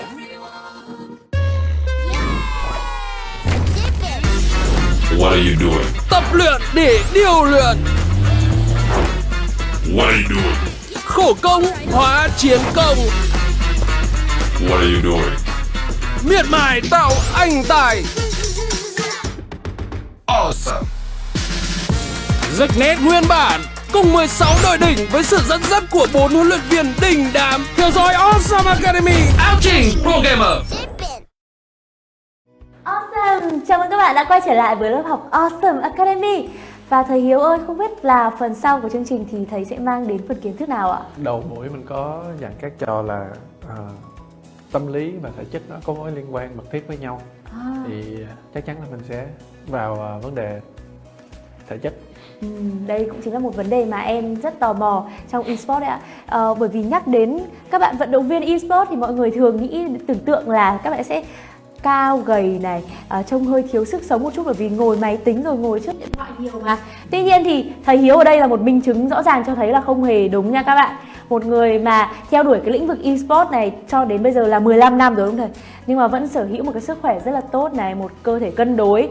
Chính vì vậy mà em muốn hỏi thầy là tầm quan trọng của thể chất trong eSports là như thế nào và mối quan hệ giữa tâm lý và thể chất là ra sao ạ? Thật ra nếu mà nhìn sâu rộng ra một tí xíu thì bạn không thể nào mà có một cái tâm lý vững vàng hay là tốt được nếu mà trong một cái thể xác mà nó kiệt quệ hoặc là nó quá yếu. Thì đó là lý do tại sao mà mình mới bảo là nó có mối quan hệ rất là mật thiết với nhau. Thực ra là không hẳn là các bạn sẽ phải đi tập gym hay bất kỳ vấn đề gì cả, mà làm sao cho cái thể lực của mình nó tốt hơn, nó hoàn hảo hơn để mình có một cái tâm lý tốt hơn cho các trận đấu quan trọng. Vâng, vậy thì thầy có những cái bài tập nào mà phù hợp với các bạn vận động viên khi mà tham gia thi đấu eSports không? Thực ra tương ứng với lại mỗi một môn thể thao truyền thống á, và thể thao điện tử ấy, thì nó sẽ có cái thể lực khác nhau. Thì thể thao điện tử nó cũng có nhu cầu về thể lực riêng. Ví dụ như là nó sẽ đơn giản hơn với các bộ môn khác là nó chỉ cần thể lực tốt hơn. Thì cái thể lực tốt hơn ở đây có nghĩa là bạn sẽ liên quan tới các bài tập về chân. Chân là bộ phận gánh hết toàn bộ trọng lượng cơ thể của con người. Thế nên là khi mà chân các bạn có một bộ chân chắc khỏe thì thể lực của bạn rất là tốt. Ví dụ như chạy bộ này, bạn có thể tập luyện bằng cách chạy bộ, hoặc là nếu mà gym sẽ là squat, hay là đạp xe. Đó là những cái bài tập liên quan tới chân sẽ rất là tốt cho cái việc mà cải thiện thể lực. Ngoài ra thì thầy là một người nghiên cứu rất sâu về eSports, cùng với đó là có rất nhiều kinh nghiệm thực tiễn đồng hành cùng với các đấu trường quốc tế và gần nhất là SEA Games 31. Thì thầy có thể cho tụi em biết là sự khác biệt giữa tâm lý thể chất của các tuyển thủ Việt Nam và các tuyển thủ nước ngoài không ạ? Nếu mà bạn nhìn xa ra thì ở Việt Nam có rất ít các bạn game thủ chuyên nghiệp có thể thi đấu ở ngoài 30 tuổi. Nếu như muốn nói là không có, nhưng mà cái việc đó ở nước ngoài có rất nhiều nha. Cạnh hàng xóm mình là Thái Lan thì có một bạn cũng ở bộ môn PUBG Mobile tên Braga. Bạn cũng thi đấu, cũng đã lớn tuổi rồi, cũng 29-30 mình nhớ không lầm tầm đó, nhưng mà ở Việt Nam mình hình như là không có, gần như là không có. Hoặc là các game thủ ở bên Ấn Độ, mình quên mất tên bạn đó rồi, nhưng mà tới điểm hiện tại bạn đó vẫn đang thi đấu và cũng đang thi đấu ở cấp độ chuyên nghiệp nha, cũng là 31-32 tuổi rồi. Vâng. Theo như em được biết thì các đội tuyển lớn ở quốc tế thì họ còn có phát triển thêm như là bác sĩ tâm lý này, bộ phận chăm sóc tâm lý cho vận động viên eSports tại Gaming House của mình, đúng không ạ? Đúng rồi, họ sẽ có đầy đủ hết các bạn phụ trách. Ví dụ như mình nói là tùy mỗi một bạn sẽ có cái thể chất riêng, cái tâm lý riêng, tại vì mọi người không có hoàn cảnh giống nhau. Thế nên là sẽ có cái phản ứng về mặt tâm lý khác nhau. Cái bạn huấn luyện viên đó sẽ phải làm việc với bạn đó rất là nhiều để tìm hiểu được là vấn đề tâm lý của bạn đó xuất phát từ đâu hay như thế nào mới xuất hiện. Thì mà ở Việt Nam mình thì gần như là không có cái vị trí đó, không có ai có vị trí đó ngoài các bộ môn thể thao truyền thống. Hay là bản thân các bạn game thủ chuyên nghiệp ở nước ngoài cũng được chăm sóc một chế độ ăn uống tốt hơn rất nhiều so với các bạn game thủ của mình. Không biết là ngoài vấn đề về thể chất này, vấn đề về tâm lý thì có một cái yếu tố nào tác động trực tiếp tới thi đấu của các vận động viên eSports không ạ? Có đó, đó là vấn đề dinh dưỡng, cái thứ mà mọi người đang bỏ qua rất là nhiều, và các bạn game thủ ở Việt Nam gần như là không được biết về kiến thức này. Ví dụ đơn giản đi, đối với những cái bạn mà trong quá trình mà tập luyện quá nhiều nè, tiêu tốn rất là nhiều năng lượng, cũng như là tập luyện, nói chung là lao động ở cường độ cao đi, tức là dân văn phòng nha, vẫn là lao động cường độ cao, và các bạn có tham gia thể thao thì sẽ phải ít nhất là 2 gram trên 1 kg, có nghĩa là 50 kg thì sẽ là 100 gram protein cho một ngày. Và ví dụ nữa là ở giai đoạn nước rút, tức là cái giai đoạn mà các bạn gần như là train ngày đêm á, tức là mình sẽ có những cái chế độ tập luyện gọi là địa ngục, tức là một ông huấn luyện viên nghiêm khắc sẽ chia ra 3 cử tập luyện. Đó, các bạn sẽ rất là căng thẳng, sáng 8 tiếng, chiều 8 tiếng, xong rồi có thêm 2 tiếng tới 1 tới 2 tiếng ngồi coi lại hết toàn bộ replay của bất kỳ giải đấu nào đó, thì có nghĩa là các bạn đang spend rất là nhiều năng lượng, thì sẽ phải là 3 gram protein trên một ngày. Có nghĩa là chỉ với 50 kg mà bạn sẽ phải nạp 150 gram protein. Mình sẽ chưa tính tới việc là chất khoáng các bạn phải nạp vào vitamin, multivitamin hay như thế nào, hay là mình cũng chưa tính tới cái việc là dầu cá các kiểu thứ, tức là những cái chất khoáng cần thiết khác mà cơ thể không thể nào tự tổng hợp được. Thì ra cái thế giới này nó rộng hơn những gì mà em tưởng tượng rất là nhiều. Các tuyển thủ không những là phải luyện tập về tâm lý này, về khả năng mà thể chất cũng là một yếu tố vô cùng quan trọng. Vậy thì với kinh nghiệm thực tiễn của thầy, với hai học trò gần gũi thân thiết là Hiếu Mèo và Huy Gà đi, thì thầy đánh giá sao về thể chất và tâm lý của hai bạn này? Hiếu Mèo và Huy Gà nó có cùng một cái môi trường sống, tức là bố mẹ ăn cơm cùng, đúng không? Tức là hai bạn cũng là song sinh luôn, tức là về mặt thể chất và cơ địa là như nhau. Nhưng mà có cái ở chỗ là về thói quen ăn uống của hai đứa thì lại khác nhau. Xong rồi tâm lý của hai đứa cũng khác nhau. Thế nên là bằng một cách nào đó thì Huy Gà có vẻ trưởng thành hơn Hiếu Mèo rất là nhiều. Anh cũng có dắt các bạn đi thi đấu ở nước ngoài một vài lần chứ không phải là một giải. Thì sau cái giải đó thì Huy Gà ngày càng bộc lộ cái sự trưởng thành của mình nhiều hơn. Ngược lại thì Hiếu Mèo sẽ bị một cái gap về mặt tâm lý. Tức là Huy Gà khi đặt ra mục tiêu nó sẽ cố gắng phấn đấu đạt được, còn Hiếu Mèo thì có vẻ như là em út trong nhà nên được bố mẹ cưng chiều hay như thế nào đó. Mình vẫn không, tại vì mình không có đi chuyên sâu vào các bạn nhiều. Nhưng mà bạn Hiếu Mèo đang gặp phải một vấn đề tâm lý sau khi thi đấu một cái giải đấu không thành công lắm, thì bạn cảm thấy là bạn bị ngợp và bạn bị gap ở đó luôn, và bạn sẽ buộc phải nghỉ thi đấu, bạn không thể nào đối mặt lại cái việc đó nữa, thì cái đó là vấn đề tâm lý mà Hiếu Mèo nó phải gặp. Có không ít những câu chuyện buồn liên quan đến vấn đề tâm lý và thể chất không có thể giải quyết được khi mà thi đấu tham gia chuyên nghiệp, đúng không ạ? Lấy một ví dụ về một đấu trường đi, thì gần đây chúng ta có SEA Games 31, thầy là một người đồng hành rất là sát sao với cả các vận động viên, thì theo quan sát của thầy, sự khác biệt về vấn đề tâm lý thể chất của các vận động viên Việt Nam và nước ngoài là như thế nào ạ? Mặc dù đại hội lần này ở SEA Games đoàn Việt Nam có vẻ như là thành công, nha, nhưng những bộ môn cạnh tranh trực tiếp với lại Thái Lan hay Indo thì mình vẫn thua. Tức là có những cái bộ môn mình rất mạnh nhưng mà mình vẫn thua ở đây có nghĩa là mặc dù mình thi đấu trên sân nhà mà có sự cổ vũ của rất là đông đảo khán giả ở nhà, nhưng mà đó là vô tình cũng là con dao hai lưỡi, vì áp lực từ phía sân nhà cũng có. Nếu mà bạn đó gặp vấn đề tâm lý mà huấn luyện viên không bắt kịp cái tình huống đó thì sẽ thua. Và mình khá ấn tượng với đoàn Thái Lan. Họ có đầy đủ nha, vừa manager vừa quản lý về mặt thời gian để follow lịch của ban tổ chức nè, vừa có huấn luyện viên, vừa có người chăm sóc đồ ăn thức uống riêng. Tức là các bạn sẽ sợ thứ nhất là do là di chuyển văn hóa hai bên khác nhau nè, thì đồ ăn cũng khác nhau hoàn toàn, đúng không? Đồ ăn Thái và đồ ăn Việt thì đoàn Thái Lan khá là chuyên nghiệp, họ đã chuẩn bị đầy đủ cho vận động viên của mình, dẫn tới cái việc là các bạn mặc dù thi đấu trên sân khách nhưng mà như sân nhà, và tâm lý các bạn rất là vững, và dẫn tới là các bạn thi đấu khá thành công. Mặc dù là sức ép khán giả rất lớn, mình nhớ sức chứa cái khán đài lớn á, cũng phải 2.000 người, mà mình gần như các bạn không bị gáp về mặt tâm lý và gần thắng như chẻ tre luôn. Điều đó là một minh chứng rất là rõ nét cho thấy eSports ở những quốc gia đó đang rất phát triển, và hy vọng rằng là Việt Nam của chúng ta trong tương lai không xa, eSports cũng phát triển hơn. Chúng ta cũng có những cái bộ phận riêng chăm sóc cho thể lực, tâm lý này, tinh thần của các vận động viên tốt như vậy. Đó cũng chính là mục tiêu mà Samsung Galaxy A muốn truyền tải thông qua Awesome Academy. Dần dần mong muốn là xã hội công nhận eSports hơn để eSports phát triển một cách mạnh mẽ hơn. Không biết là ở đây các bạn học viên có còn câu hỏi nào đặt ra cho thầy Hiếu của chúng ta về vấn đề thể chất không? Xin mời câu hỏi tới từ các bạn Beauty. Thầy cho em hỏi là các vận động viên eSports thì họ thường training đến tận buổi đêm và họ thức rất là khuya ấy ạ. Thì cái chế độ ăn uống của các vận động viên eSports thì sẽ khác như thế nào so với các vận động viên bình thường như các vận động viên bóng đá, bóng rổ các thứ ạ?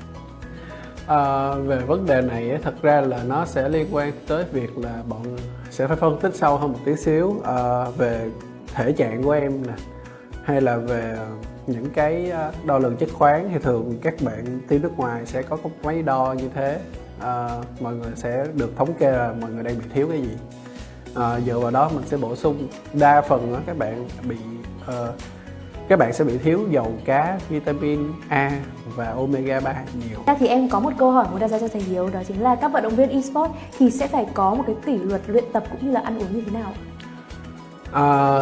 Chắc chắn là nó sẽ tùy thuộc vào huấn luyện viên. Bạn huấn luyện viên trưởng sẽ là người đưa ra lịch tập training cho mọi người, cũng như là giờ giấc ăn uống. Thì đối với các bạn huấn luyện viên người nước ngoài đi, thì các bạn sẽ rất là khó tính và khá là đúng giờ giấc. Tức là đúng cái giờ đó đã giao với nhau trước đó rồi. Ví dụ 10 giờ sáng phải dậy thì có nghĩa là 10 giờ sáng phải dậy, 11 giờ phải ăn trưa thì phải là 11 giờ phải ăn trưa. Awesome thầy ơi, không biết là các bạn khán giả và các bạn học viên tiếp thu như thế nào, chứ chính bản thân em là vỡ ra nhiều điều. Mình cần phải vượt qua được sự lười của bản thân mình, theo đuổi một cái chế độ ăn uống, tập luyện nghiêm khắc hơn mới có thể theo đuổi cái lĩnh vực eSports này. Cảm ơn thầy vì những chia sẻ của ngày hôm nay ạ.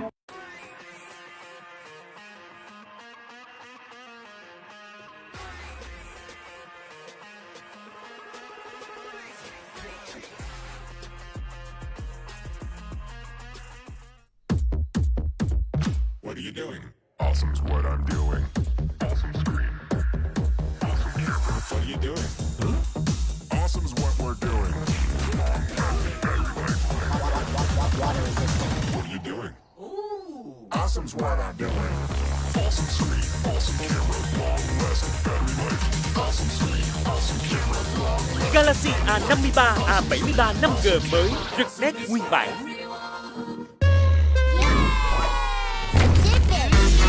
What are you doing? Tập luyện để điều luyện. What are you doing? Khổ công hóa chiến công. What are you doing? Miệt mài tạo anh tài. Awesome! Rực nét nguyên bản cùng 16 đội đỉnh với sự dẫn dắt của 4 huấn luyện viên đình đám. Theo dõi Awesome Academy. Áo trình Pro Gamer. Awesome, chúng ta sẽ cùng quay trở lại với tiết học tiếp theo. Thầy ơi, từ đầu đến giờ thì mình nói về nội dung lý thuyết quá nhiều rồi nhưng mà hơi thiếu vận động một chút. Liệu là bây giờ thầy có thể đưa ra một vài những cái động tác cụ thể thị phạm cho các bạn học viên ở đây có thể làm theo được không ạ? Vậy thì mình vào phần thực hành đi. Như vậy thì trước tiên khi mà vào thực hành thì mình muốn nhờ các trò thầy dời đế ra ngoài một tí xíu để mình có khoảng không để mình thực hành. Cũng như là do là Thảo Trang hôm nay mặc váy nên là sẽ rất là khó trong việc vận động. Chắc là nhờ Thảo Trang làm một cái nhiệm vụ khác là bấm giờ đồng hồ giùm thầy. Rồi, đây sẽ là động tác tập trung vào cổ vai gáy cho các bạn gamer. Đầu tiên sẽ là xoay cổ tay cổ chân. Em biết động tác này rồi. Không chỉ là các bạn game thủ mà các anh chị dân văn phòng, những người mà phải ngồi máy tính lâu cũng có thể áp dụng những cái động tác khởi động cơ bản này nhé. Rồi, đổi chân.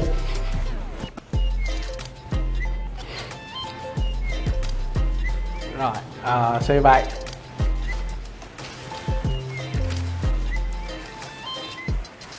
Rồi, xoay cổ.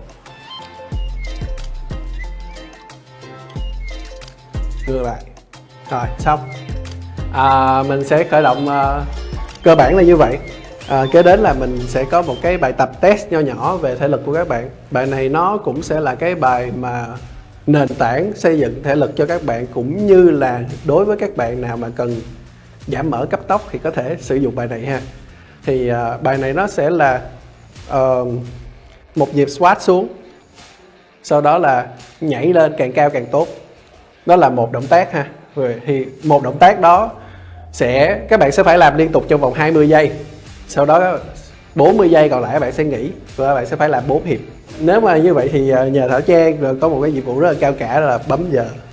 Ok ạ. Còn mình chỉ là nháp một cái động tác thị phạm thôi, xong rồi các bạn sẽ đây mình sẽ làm trước, sau đó là Thảo Trang bấm giờ cho các bạn làm theo.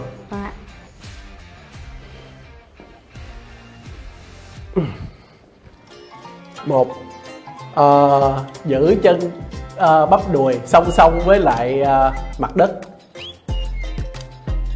xong rồi bật lên là xong một động tác. Rồi thì các bạn sẽ phải làm liên tục vậy trong vòng 20 giây, sau đó 40 giây sau các bạn nghỉ, và cứ thế trong vòng 4 phút. Ok chưa? Rồi. Như vậy chúng ta sẽ bắt đầu luôn đúng không thầy? Rồi, bắt đầu luôn. Vâng, em bắt đầu bấm giờ nhá. Các bạn sẵn sàng nhá. Thảo Trang bấm giờ đúng một lần thôi này. Ai mà không thực hiện động tác này em đề nghị thầy phạt luôn. Ok. Ok. Hít đất 100 cái. Hít đất 100 cái đi nhá. 3, 2, 1 bắt đầu. 1, 2, 3, 4, 5, 6, 7, 8, 9, 10, 11, 12, 13, 14, 15, 16, 17, 18, 19, 20. Thầy đánh giá cái phần vận động hoạt động này như nào thầy? Em trông khá là lợm nhộm. Mấy bạn đang làm sai động tác là nhiều, nhưng mà mình thấy hình như là Humble Hunter đang không làm luôn. Các bạn nghe thầy phổ biến lại một lần nữa cái động tác này, thầy có thể sửa cho các bạn một chút xíu được không ạ? Ok, động tác squat ha. Thì hai chân hơi rộng hơn vai một tí xíu. Một, khi xuống á, thì mình sẽ hít, còn khi bật lên mình sẽ thở. Xuống là hít, lên là bật lên là thở. Nào một lần nữa là thầy sẽ bấm giờ nhá. 3, 2, 1 bắt đầu.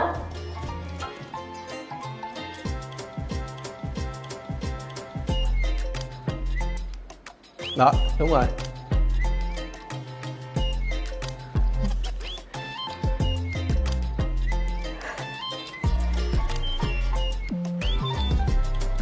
Rồi thầy thấy sao ạ? Đẹp hơn lần đầu rồi á, chuẩn hơn rồi đó. mọi thứ đều chuẩn rồi. Thầy, em đề nghị thầy là team nào mà lúc nãy chưa tập trung tập luyện lắm thì thầy đưa ra hình phạt luôn, nghiêm khắc luôn. Cho Humble Hunter đi, tại vì mình thấy lúc tập lúc đầu là bạn không tập luôn. Cười tươi thế, bị phạt rồi nhá. Thế thì cho các bạn thục xì dầu 10 cái. Nhưng mà thầy nói lại cho em là cái gì ạ? Thục xì dầu. Thục xì dầu ạ? Đây đấy, đó, thế là không biết à? Vâng. Quá ta chưa bị phạt bao giờ. Ngoài Bắc em không có hình phạt này ạ. Rồi xin mời, xin mời được 1 này, 2, 3, 4, 5, 6, 7, 8, 9, 10. Ok, ủa nhiệt tình quá, 11 luôn mà, 12 luôn mà. Rồi, được rồi nhá, được rồi. Cảm ơn bạn. Supernova lại còn thể hiện một điệu nhảy đấy ạ. Đấy, rất là hăng hái trong cái tiết học thể dục thể chất của thầy, thầy đánh giá cao nhất tinh thần của team nào. Ui, Humble Hunter tiếp tục thầy ạ. Được cái là nhiệt tình đấy nhá. Được cái là nhiệt tình. Rồi, được cái là Supernova cũng nhiệt tình. Rồi thầy đánh giá cao tinh thần của team nào nhất ạ? Mình đánh giá cao tinh thần của Supernova và tinh thần hài hước của YouTube Team. YouTube ạ, các bạn đứng yên rồi thầy. Đâu, hồi nãy thấy hài hước lắm, thấy nhảy nữa mà. Thế à? Vâng ạ. Như vậy là vừa rồi chúng ta đã có một cái phần thử thách nho nhỏ về thể chất, cũng như là có được những cái bài tập để rèn luyện sau những giờ luyện tập eSports, hoặc là những bạn nào mà phải ngồi máy tính, ngồi bàn phím nhiều thì cũng có thể áp dụng những bài tập này vào trong thực tế hàng ngày của mình. Thảo Trang không ngờ là bài tập này lại khiến cho các bạn có được nhiều cái tinh thần vận động đến như thế. Hỏi một chút đi, Humble Hunter các bạn thấy sao khi mà được trải qua bài tập vừa rồi, cũng như là được thục xì dầu hơn 10 cái như vậy. Tôi mời bạn tóc vàng đi. Rất là nhiệt tình. Mình muốn hỏi bạn tóc vàng là bạn cảm thấy sao sau bài tập vừa rồi của thầy? Dạ, em cảm thấy rất là mệt. Về là liệu ra sau buổi học ngày hôm nay thì bạn có áp dụng những bài tập này vào cuộc sống của mình không? Dạ, sẽ có chị. Tất nhiên rồi, nếu mà không lại thục xì dầu thêm 10 cái nữa. Vậy còn Supernova sao, team mà hoạt động rất nhiều từ nãy đến giờ? Năng lượng để mà khi mà bọn em vừa xong bài đầu tiên thì bọn em tự tạo cho mình những động tác mà bọn em cảm thấy gọi là thoải mái nhất để tập tiếp, và bọn em không ngừng nghỉ. Đó cũng là một lý do mà bọn em tràn đầy năng lượng sau khi mà được học hỏi thêm, tiếp thu được kiến thức của thầy. Dạ, em xin hết. Rất là vui tính nhá. Sau khi kết thúc bài học rồi bây giờ vẫn là tay chân vẫn còn rất nhiều năng lượng. Không biết là bài tập này đem đến cho chúng ta những cái hiệu quả như thế nào, nhưng trước mắt là thấy là các bạn đang có tinh thần rất là thoải mái và năng động cho những phần tiếp theo của bài học rồi, đúng không thầy? Và cuối cùng cảm ơn mọi người đã chịu khó lắng nghe những gì mà mình chia sẻ, cũng như là mong là những cái kiến thức này sẽ giúp cho các bạn tìm hiểu sâu hơn, hay là giúp cho các bạn đi xa hơn trong con đường chuyên nghiệp và chinh phục đỉnh cao của mình. Quá là nhiều bài học ngày hôm nay, em cũng như là các bạn học viên, các bạn khán giả có thể tiếp thu được. Có những vấn đề tưởng chừng như là không liên quan đến eSports, rất nhiều người đã bỏ qua nó, như là vấn đề tâm lý, tinh thần cũng như là dinh dưỡng khi mà tham gia tập luyện trở thành một vận động viên eSports chuyên nghiệp. Một lần nữa thay mặt cho những người thực hiện chương trình, em xin gửi lời cảm ơn thầy Hiếu đã có mặt trong tập thứ 5 của Awesome Academy. Sẵn tiện trên tay em đang là chiếc Samsung Galaxy A73 5G sở hữu bộ 4 camera đạt 108 megapixel. Chúng ta có thể dùng cam trước để selfie một cách rất mượt mà nữa. Cảm ơn thầy đã tham gia buổi học ngày hôm nay. Vừa rồi thì chúng ta đã có những phút giây được thư giãn gân cốt thoải mái rồi. Và các bạn khán giả thân mến, quả thực đây cũng là mong ước chính của Samsung Galaxy A Series khi mà tạo ra Awesome Academy. Chúng mình muốn cổ vũ và đồng hành cùng với các bạn học viên, các bạn trẻ muốn lựa chọn eSports trở thành con đường chính trong sự nghiệp của mình, trở thành một tuyển thủ chuyên nghiệp. Hơn thế nữa, tham vọng của chúng mình là muốn từng bước xóa nhòa những định kiến của xã hội về eSports và có thể chắp cánh cơ hội cho các bạn trẻ Gen Z muốn theo đuổi con đường này. Tổng hợp bài giảng: tâm lý trong eSports, khái niệm tâm lý học trong thể dục thể thao, cách điều tiết tâm lý trong thi đấu eSports, động lực, sự tự tin, kiến thức chuyên môn, thói quen, kiểm soát tiêu cực. Huấn luyện viên là người rất quan trọng, họ đồng thời đóng vai trò là người hỗ trợ tâm lý cho tuyển thủ. Một số bài tập để giảm căng thẳng và áp lực, bổ trợ cho lúc thi đấu. Thể chất và dinh dưỡng với eSports, rèn luyện thể lực để bổ trợ cho việc thi đấu eSports tốt nhất. Mối liên hệ chặt chẽ giữa tâm lý và thể chất. Luyện tập các bộ môn phù hợp với thể chất và thể trạng, kết hợp tập luyện và dinh dưỡng hợp lý. Thực hành luyện tập bài tập liên hoàn bổ trợ thể lực. Cả lớp ơi, như vậy là chúng ta đã trải qua 5 tập của series Awesome Academy với 5 vị huấn luyện viên cùng rất nhiều những kiến thức bổ ích. Trong tập đầu tiên, chúng ta đã gặp gỡ huấn luyện viên ABCT36. Anh đã mang tới những kiến thức tưởng chừng như cơ bản nhưng vô cùng quan trọng mà chúng ta lại rất dễ bị bỏ qua, như là thiết lập đồ họa này, súng cùng với cả các loại phụ kiện, kỹ năng cô tin. Trong tập thứ 2, huấn luyện viên bộ bim đã mang tới cho chúng ta kỹ năng đối đầu 1vs4, khả năng bao mát cũng như là khả năng chạy bo.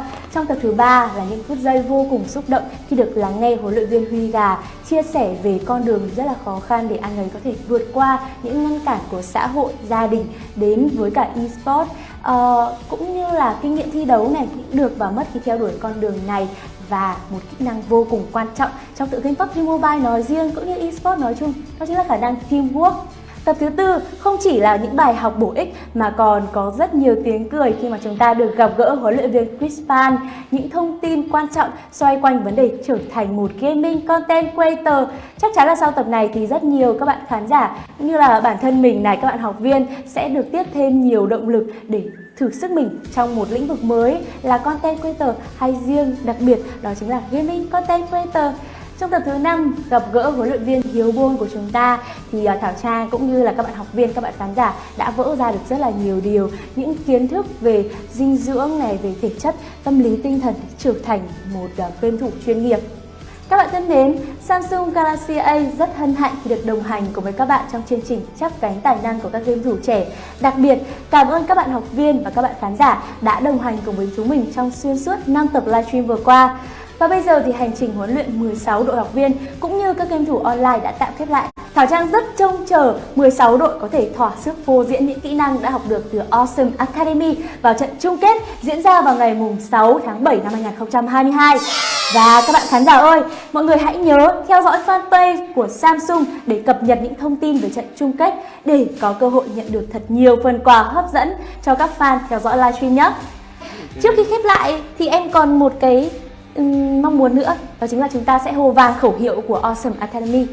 Vậy thì mời luôn các bạn học viên là các bạn học viên nhớ nhé, mình sẽ bắt nhịp 1, 2, 3 Awesome cùng mình nhá.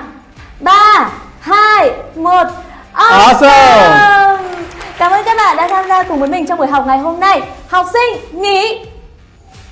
Một lần nữa xin được cảm ơn các bạn khán giả đã đồng hành cùng với chúng mình trong xuyên suốt 5 tập livestream của Awesome Academy. Hẹn gặp lại các bạn vào trận chung kết diễn ra vào ngày 6 tháng 7 năm 2022. Xin chào tạm biệt và hẹn gặp lại. Chào tạm biệt và hẹn gặp lại nha. What are you doing? Awesome's what I'm doing. Awesome screen. Awesome camera. What are you doing? Awesome's what we're doing. What are you doing? Awesome's what I'm doing. Awesome screen. Awesome camera. Long-lasting battery life. Awesome screen. Awesome camera. Long-lasting. Galaxy A53, A73 5G mới, rực nét nguyên bản.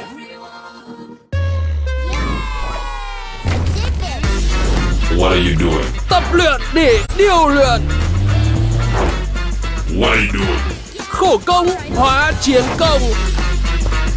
What are you doing? Miệt mài tạo anh tài. Awesome. Rực nét nguyên bản cùng 16 đội đỉnh với sự dẫn dắt của 4 huấn luyện viên đỉnh đám. Theo dõi Awesome Academy. Áo trình Pro Gamer.